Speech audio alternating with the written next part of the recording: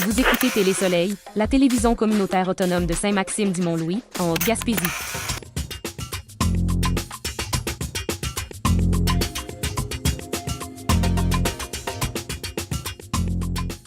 Selon Radio Gaspésie, le nouveau portail d'inscription en service de garde de Québec est bien accueilli par Gilles Chapados, directeur du CPE de Gaspé. Le ministère de la Famille gère désormais les listes d'attente centralisées. Ce portail offrira un portrait plus juste du nombre d'enfants en attente en éliminant les doublons qui existaient auparavant. M. Chapados précise aussi que l'attribution des places ne se fera plus seulement selon la date d'inscription.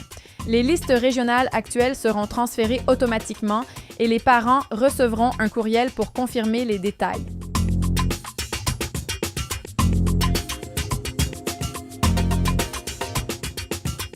Selon Bleu FM Sainte-Anne-des-Monts, le député bloquiste Alexis Deschênes a abordé 3 dossiers majeurs. Concernant le premier budget carnet attendu aujourd'hui, il a rappelé les attentes du Bloc québécois, notamment des mesures pour les aînés.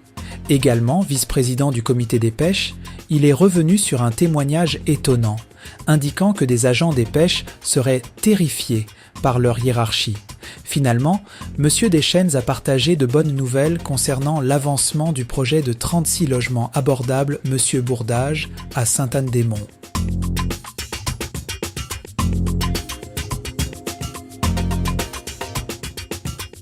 Selon Radio Gaspésie, Unifor demande au gouvernement d'inclure une stratégie industrielle dans le budget 2025 pour protéger les emplois canadiens face aux menaces commerciales américaines. Le syndicat propose de pénaliser les entreprises qui délocalisent aux États-Unis. Il réclame aussi un soutien à l'industrie forestière via une stratégie de logement abordable fait au Canada. Enfin, Unifor demande d'augmenter le transport ferroviaire Est-Ouest de pétrole et de gaz canadien et de produire immédiatement des wagons-citernes au pays.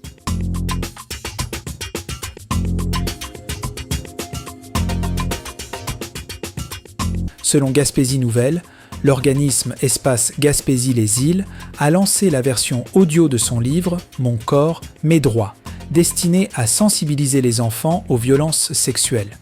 Selon les co-auteurs Gabriel Neveu et Alexandre Gaudreau, cette version vise à rejoindre une plus grande clientèle, dont les jeunes ayant des défis de lecture. L'ouvrage original a été créé pour offrir un outil adapté à la réalité québécoise et au nouveau cursus scolaire d'éducation à la sexualité. Le livre, dont 5000 copies physiques ont été distribuées, est disponible chez l'éditeur de marque.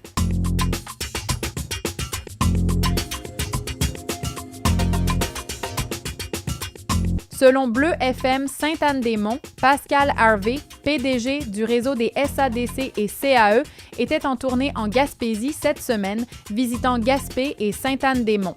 Il a souligné le dynamisme entrepreneurial de la région. L'objectif de sa visite était de mieux comprendre les enjeux locaux et de renforcer les liens avec les membres pour les réflexions stratégiques. M. Harvey s'est dit ravi de sa rencontre à Gaspé. À Sainte-Anne-des-Monts, il a visité les nouveaux locaux de l'entreprise Concept K qui célèbre ses 25 ans et a fait l'éloge de la compagnie.